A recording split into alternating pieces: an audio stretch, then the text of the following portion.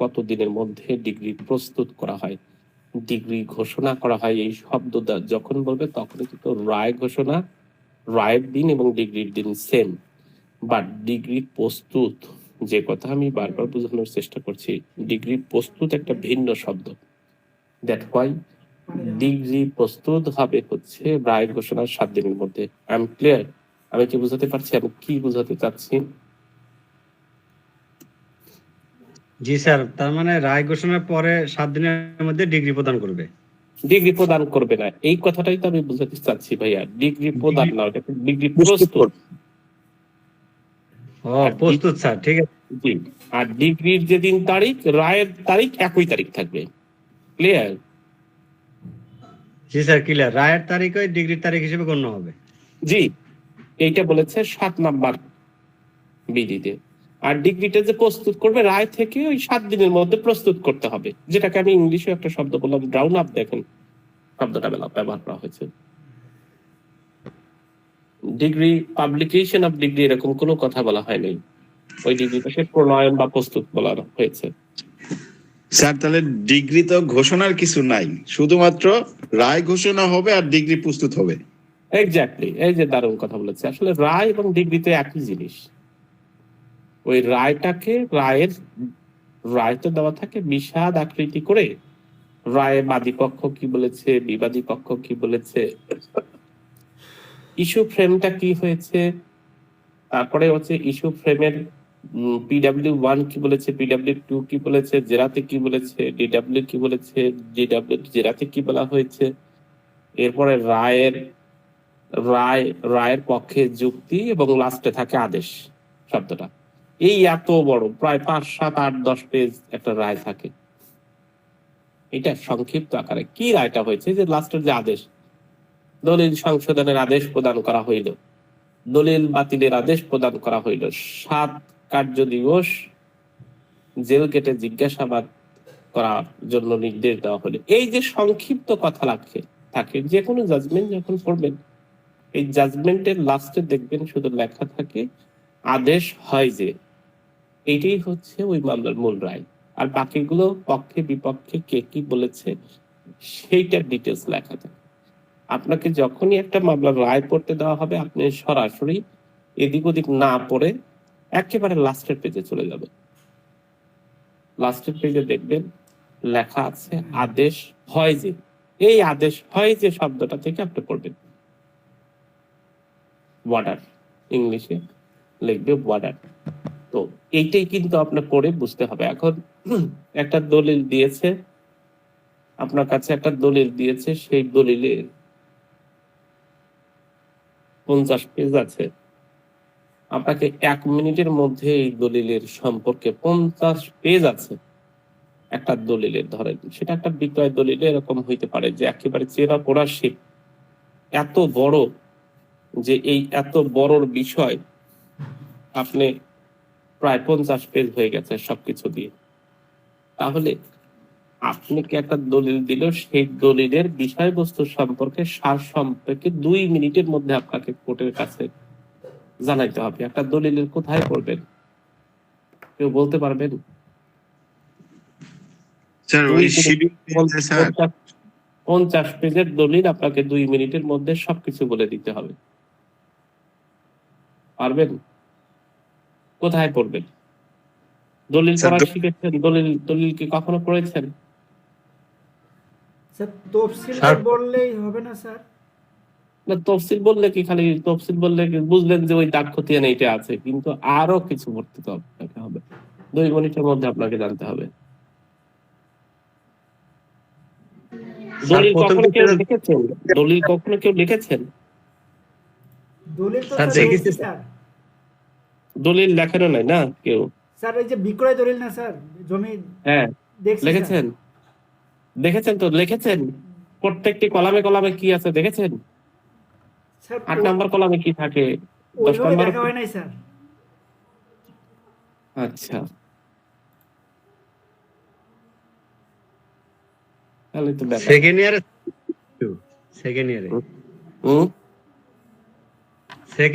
পড়ছিলাম স্যার।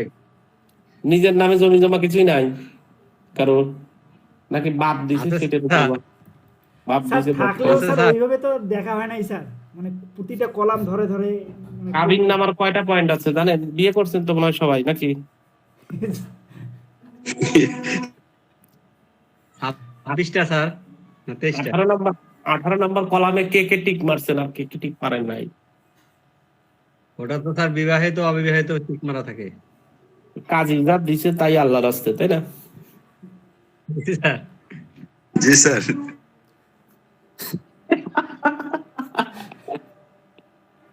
বিয়ে করতেছেন আপনি, বিয়ে একটা দলিল হচ্ছে চুক্তিপত্র। স্যার ওইভাবে তো দেখারও সুযোগ দেয় না, শুধু দেয় যে এখানে স্বাক্ষর করেন। দেন, শুধু কলেজে আমি এখানে সিগনেচার দেন। আমি এক উকিল আর এক উকিলে বিয়ে করছি তো, আগে পড়ছি। আমি এক উকিল আর এক উকিলের বিয়ে করছি আমি। হ্যাঁ, কলাম লেখা থাকলো না থাকলো, তো যাই হোক, অত দূরে আমরা না যাই, আমরা পড়াতে থাকি, আমাদের পড়ার অনেক বিষয় আছে। যে কথা বললাম যে একটা দলিল, অন্যদিকে না যাই, একটা দলিলের প্রথমত দলিলের প্রকৃতিটা কেমন এটা আমাদেরকে জানতে হয়। দলিলের প্রকৃতি, প্রথমে আপনি দলিলটা হাতে নিলেন, দলিলের প্রকৃতিটা কেমন, প্রকৃতি মানে দলিলটা কি দলিল, এটা সাফকাবলা দলিল, হেবা দলিল, ডিক্লারেশন ডিড, নাকি বিল এওয়াজ হেবা, নাকি এওয়াজ পরিবর্তন এক্সচেঞ্জ ডিড, এটা দলিলের প্রকৃতিটা দেখতে হয়। এই দলিলের প্রকৃতিটা 2005 সালের আগে আমাদের দেশে কোনো ফরম্যাটিভ ছিল না, সবগুলো হাতে লেখা হইতো। এইটা লেখা থাকে দাতা গ্রহীতার পরেই নিচে একটা কলাম থাকে, সেখানে থাকে হচ্ছে দলিলের প্রকৃতি, বিক্রয়, সাবকবলা, হেবা, এরকম শব্দগুলো থাকে। তাহলে ওটা আপনি দেখলেন যে এই দলিলটা একটা দানপত্র দলিল। তারপরে 1 মিনিটের মধ্যে চোখ বুলাইলেন, উপরে সবসময় গ্রহীতা থাকে, নিচে সবসময় দাতা থাকে। অর্থাৎ প্রথম পৃষ্ঠায় মাথার উপরে যেটা দেখবেন সেটা সবসময় গ্রহীতা থাকে উপরে, সেকেন্ড কলামে থাকে হচ্ছে দাতা। তবে এই শব্দটা বোঝার জন্য অনেকেই দলিল লেখকরা এক লাইনে লেখে, সেক্ষেত্রে আগের যে দলিলগুলো সেগুলো লেখা থাকে বর্বরাংশু, বরাবর না লেখে লেখে বর্বরাংশু, এরকম শব্দ লেখা থাকে, মিদাং এরকম শব্দ থাকে। সো আপনি প্রথম পেজটা থেকে আপনি জানতে পারবেন দাতা গ্রহীতাকে, দলিলের প্রকৃতিটা কি। ঠিক আগের যে 2005-এর আগের যে দলিলগুলো সেগুলো একটা ফরম্যাটে ব্যবহার করতে, হাতের ঠিক ডান পাশে দলিলের টাকার পরিমাণ এবং দলিলের সম্পত্তির পরিমাণ একটা জায়গা থাকে। তো আপনি স্বাভাবিকভাবে আইডেন্টিফাই করলেন প্রথম পেজ দেখেই দলিলের সম্পত্তির পরিমাণ কত।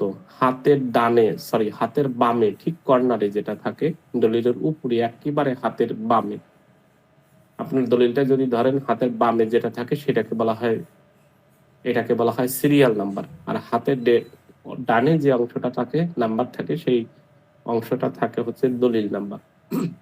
তাহলে এক মিনিটের মধ্যে আপনার দলিল নাম্বার, দলিলের প্রকৃতি কি, দাতা গ্রহীতা কি। যদি দেখেন যে বিল এওয়াজ হেবা বা হেবা বিল এওয়াজ, তাহলে আপনি দেখবেন যে দলিল দাতা এবং গ্রহীতার সাথে সম্পর্কটা কি।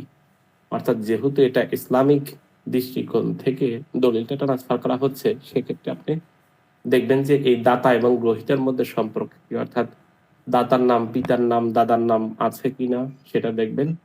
আর এরপরে দেখার পরে সম্পাদনের অংশ দেখবেন। ঠিক ইতি তাং, একটা দলিল লেখার পরে লাস্টে অর্থাৎ চেন অফ ওনারশিপ টানার পরে লেখা থাকে ইতি তাং, এই দুজন নাম, জেল নাম্বারটা দেখে নিবেন। সাথে সাথে খতিয়ান, কোন খতিয়ান, অনেক সময় সাবেক লেখা থাকে, হাল খতিয়ান লেখা থাকে।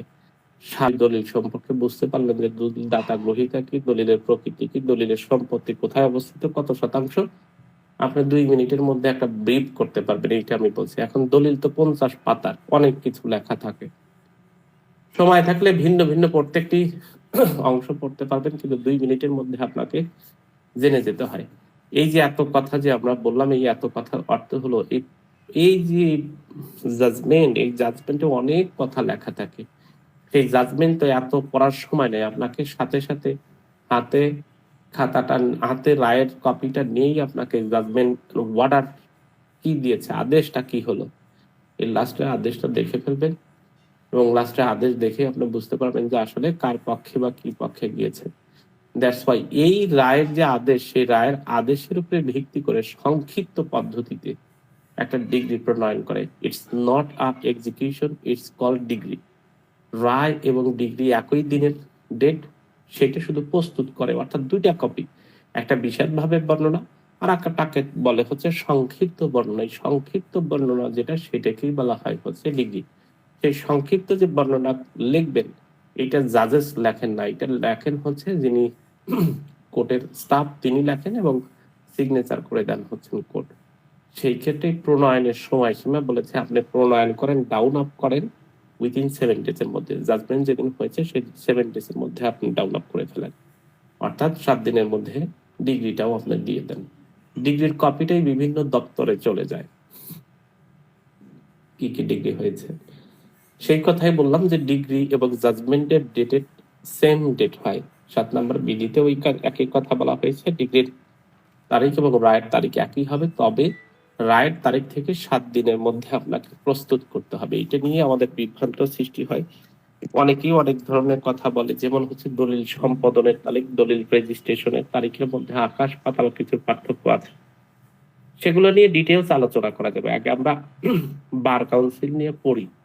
একেবারে আসলে বিষয়গুলো কি, এগুলো হচ্ছে গুরু শীর্ষের বিদ্যা। আপনি যদি একজন ভালো আইনজীবীর হাতে পড়ে যান, যে আপনাকে শিখাইতে চায়, এই আইনজীবী প্রফেশনে এত বেশি সময় লাগে না। আপনাকে 1 মাসের মধ্যে একটা সিভিলের আদ্য অন্ত আপনাকে জানানো সম্ভব, কারণ আপনি তো পড়তে জানেন, আপনি তো চোখে দেখেন, আপনি তো বুঝতে পারেন যে এইটা এইভাবে আছে, কোথায় আনা, কোথায় আনা, গন্ডা, করা, ক্রান্তি, তিল, কিভাবে আনা লেখে, কিভাবে গন্ডা লেখে, কোথায় তিল লেখে, কিভাবে শব্দগুলা লেখছে, 16 আনায় কিভাবে হচ্ছে, আপনাকে ধুপ বলে ফেলতে হবে।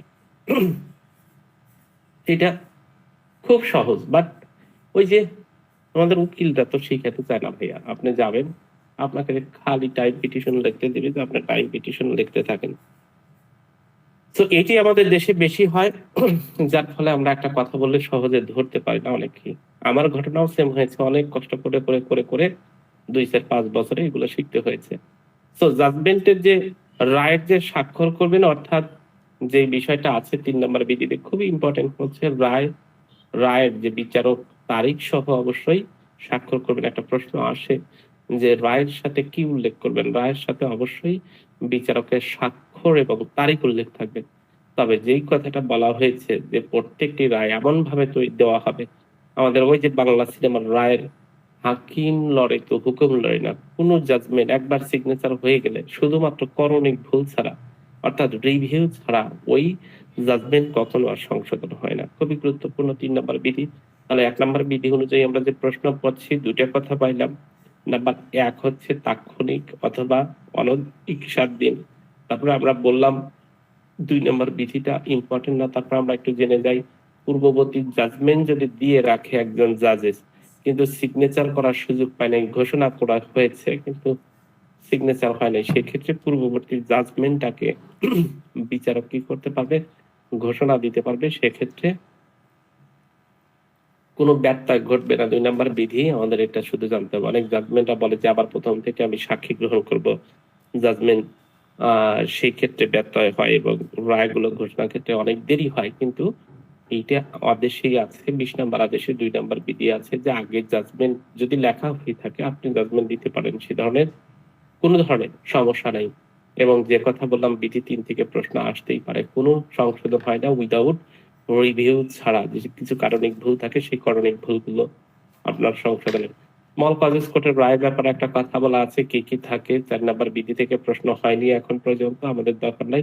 যে কথাটা আমরা বললাম 5 নম্বর 5-এর ক থেকে প্রশ্ন আছে, ডিগ্রি প্রণয়নের সময় অবশ্যই রায় ঘোষণার তারিখ থেকে ডিগ্রি প্রণয়ন করবেন 7 দিনের মধ্যে, এবং রায়ের বিষয়বস্তু, রায়ের তারিখ এবং ডিগ্রির তারিখ একই থাকবে। 7 নম্বর বিধি থেকে প্রশ্ন হয়। সো এই ধরনের এবং স্থাবর সম্পত্তি উদ্ধারের ডিগ্রির ক্ষেত্রে আমাদের 10 নম্বর একটা 9 নম্বর একটা বিধি আছে, সেই ক্ষেত্রে আপনার স্পেসিফিকলি সবকিছু উল্লেখ করতে হবে। সো আমাদের যে বিষয়গুলো জানা, এখান থেকে এত বেশি আমাদের পড়ার প্রয়োজন নাই। যে প্রশ্নগুলো আমাদের পড়ার খুবই বেশি প্রয়োজন সেটা হলো চূড়ান্ত শুনানির পরে কত দিনের মধ্যে রায় ঘোষণা করতে হবে? 7 দিনের মধ্যে। রায় ঘোষণার তারিখ হতে ডিগ্রি প্রণয়ন কত দিনের মধ্যে করতে হবে? সেটাও 7 দিনের মধ্যে।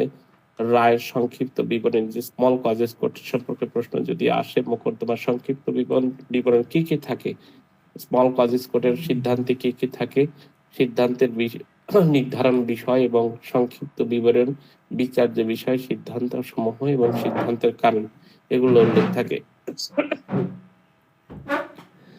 আমাদের প্রশ্ন আর একটা থাকে ডিগ্রিতে, যে কথা আমরা 7 নম্বর ভিত্তিতে বলেছি যে ডিগ্রিতে অবশ্যই ডিগ্রির তারিখ কি হবে হচ্ছে রায়ের তারিখ, সে বিষয়ে একটু খেয়াল রাখবেন, এখান থেকে প্রশ্ন হয়।